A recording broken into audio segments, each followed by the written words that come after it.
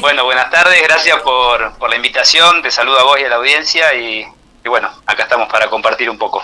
Nicolás, bueno, habías tenido, yo quiero hablar ya del pospaso, ¿no? Porque habíamos compartido ahí una lectura que realizaste ahí el fin de semana, pudimos leer, pero también ya, te pusiste a pensar, a compartir, ¿no? Una mirada de lo que pasó el domingo. Bueno, ¿cuál es tu lectura? Bueno, sí, vos bien decías que habíamos hecho un intercambio a partir de lo que yo llamé una especulación. En realidad fue un análisis previo a las PASO y después una especulación, ¿no? de cara a los próximos meses. Están conectadas ambos análisis tienen una conexión, ¿no? Porque viste que por ahí decíamos en el análisis el viernes, o sea, 2 días antes, discutíamos un poco con la idea de la despolitización, ¿no? de esta idea de la desconexión aparente de la población respecto de la política, ¿no? Esta mirada se fundamenta principalmente en los datos duros de los últimos años que tienen que ver con la creciente abstención electoral y el incremento paulatino del voto en blanco o el voto nulo, ¿no? Algo de eso pasó. Efectivamente el domingo, el primer dato que podemos decir para empezar por un costado y no irnos directamente al triple empate que podríamos llamar, que es lo que sucedió. Vos en la previa perdóname Nicolás, lo que decías sí. En la previa me acuerdo como era una incertidumbre total, ¿no? Y después de la incertidumbre salió esto como... Exacto, yo tomaba un concepto robado de un futurólogo que se llama Ezequiel Gato, que recomiendo leer y mirar y estudiar. Él describía la situación que estamos viviendo como un presente que ofrece exceso de incertidumbre. Me pareció que es una frase que por más que parezca sencilla, me parece que dice un montón. Y era, creo que lo que muchos y muchas sentíamos como ciudadanos, como pueblo, como electores, como electoras, como también activistas, o cada uno en su rol, como trabajadores, en las semanas previas a las elecciones PASO. Y me parece que ese exceso de incertidumbre dio un paso hacia adelante en cuanto a las certezas, pero bueno, que la certeza sea un triple empate me parece que vuelve a colocarnos quizás no en un exceso de incertidumbre, pero sí en un panorama incierto para adelante, principalmente porque más del 30% del electorado se abstuvo de ir a votar. Me parece que es un dato a tener en cuenta si se le suma el incremento del voto en blanco, que se acerca al 5%, es un montón. Hay un debate actual sobre eso, sobre el nivel de desconexión que tiene la población respecto de la política. Y por ahí podríamos pensar al revés, ¿no? Que lo desconectada que está la política respecto de la población. Digo, para invertir un poco el juego y tratar de pensar juntos y juntas los resultados del domingo pasado, que si bien se podría pensar en un triple empate, también se podría pensar que aparece un cuarto sector. Tenemos los 3 principales tercios, ¿no? Milei, Juntos por el Cambio y Unión por la Patria, pero hay un 35% más que aparece antiestadísticamente, que es el sector que no fue a votar, el sector que votó en blanco, y me parece que eso da para adelante un montón para pensar que bueno, ahora lo podemos profundizar un poco más de cara a qué significan los resultados de este domingo, ¿no? Bueno, y en ese sentido... Mirá, yo lo que estábamos viendo nosotros es como que de alguna manera lo que las PASO muestran es como que se nos pone adelante un espejo roto de nosotros mismos, un espejo roto y opaco, escribí yo en ese artículo que te compartí, que escribimos ayer a la tarde. Porque, digamos, en un punto... tenemos la sensación, quienes estamos mirando este proceso de hace años, que la política tradicional, para llamar a los actores tradicionales del sistema político que actúan en el plano electoral, han pecado de cierta subestimación de su propio electorado, de su propia base social. ¿En qué sentido subestimación? En el sentido de no estar vinculándose ese sistema político con la realidad de esa sociedad, un poco lo que decía antes. Entonces, el electorado se siente de alguna manera no representado, representado imperfectamente, desatendido, no escuchado, y eso se expresa en el voto, a mi modo de ver, de Milei, que es un outsider de la política. Si bien uno mira la historia de Milei como persona y tiene un recorrido muy vinculado a los sectores de poder económico principalmente, pero en tanto figura política se presenta como un outsider que viene a cachetear a todo el sistema político.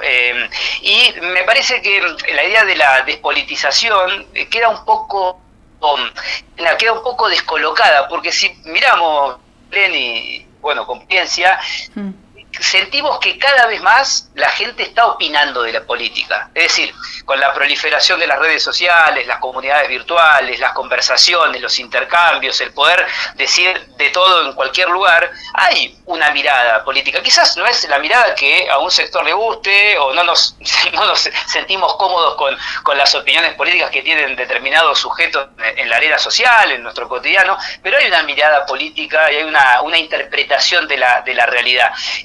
Lo que me pareciera estar diciéndonos el voto a Milei es, hay todo un sector que seguramente en otro momento votó ya sea al peronismo o a Juntos por el Cambio, ¿no? Que expresa su voto hacia un candidato que propone un sueño futuro. Por eso le habíamos puesto soñar despierta al artículo anterior, porque si observamos qué propone cada figura principal de la política, no hay una claridad sobre el futuro que nos pueda compartir para soñar para adelante. Y en ese sentido Milei pone hay un clivaje, hace como un sostén de su política en una mirada hacia futuro que está cargada de elementos de fantasía también, ¿no? Elementos que hasta hoy parecieran ser inviables. Recién estos días Milei empieza a explicar un poco cómo sería su programa económico. Es decir, él se asienta...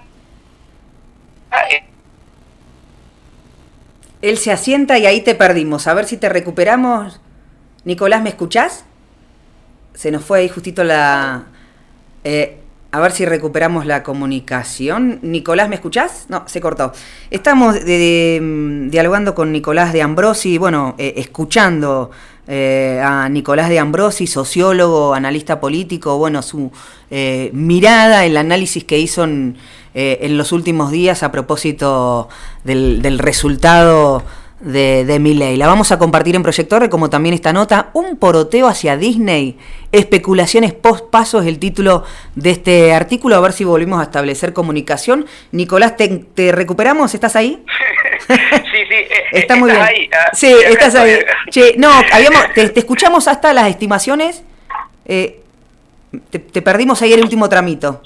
En el último tramito. Sí, lo que yo estaba por ahí compartiendo era que justamente el resultado de Milei, sí, o sea, el resultado de Milei ganador, expresa justamente que él haya podido calibrar, haya podido motarse, interpelar a todo ese sentimiento visceral que claro, está dando vueltas en la sociedad de hartazgo, una mirada de futuro muy incierta, y una impugnación clara a las dos últimas coaliciones que gobernaron recientemente el país, que más allá de las posiciones partidarias, los datos económicos son clarísimos. En los últimos 8 años el crecimiento fue o negativo o no hubo crecimiento, el poder adquisitivo del salario viene cayendo, obviamente estuvo la pandemia de por medio, que no es un dato menor, en cuanto a la proliferación del mundo virtual, hay una sensación de que no alcanza, de no hay futuro, hay un montón de datos económicos que ubican a Milei como ese canalizador de la impugnación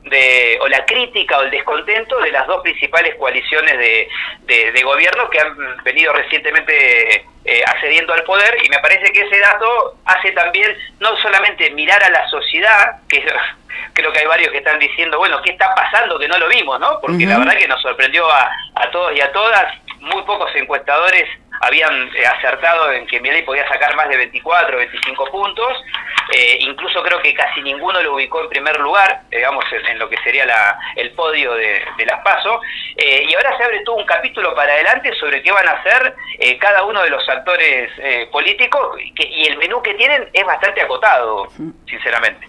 Sí, bueno, un poco compartíamos ayer también y en estos días eso que decías, ¿no? Seguramente un caudal de esos votos que se fueron para para Milei, en otro momento podrían haber votado al peronismo también, o Juntos por el Cambio, o incluso muchos de esos sectores también que vos decías, son 10 años de que, por lo menos, bueno, antes capaz que con la panza llena se votaba al peronismo, ahora con la necesidad de un cambio y de algo nuevo también, ¿no? Eso es lo que vos decías, como, bueno, no solo el que se vayan todos, sino que queremos que se vayan todos, sí, los que están, pero además algo nuevo. Y después es esto, por ahí ni siquiera ya hay a quienes les queda, y por ahí eso es un poco la mirada de nosotros, no queda ya en la memoria de que hace 10 años sí se estaba mejor económicamente que en los últimos 10 años que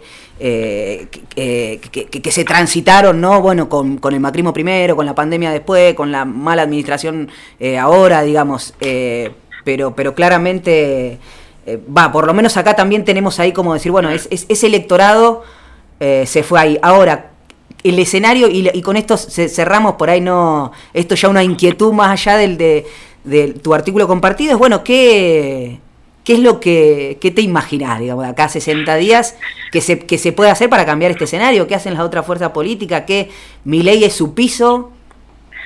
Bueno, es una pregunta interesante, yo obviamente no tengo la respuesta, simplemente voy a compartir algunas miradas. Me parece que hay una primer trazo grueso que es el poroteo, le llamo yo, ¿no? Ese tacticismo extremo que pueden desplegar tanto Patricia Bullrich como Sergio Massa. ¿En qué sentido tacticismo extremo?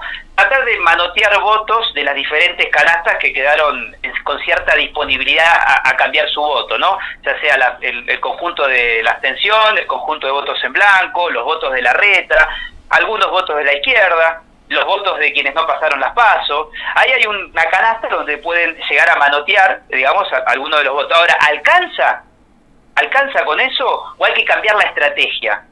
¿Es un tacticismo posible o es solamente posible un cambio de estrategia?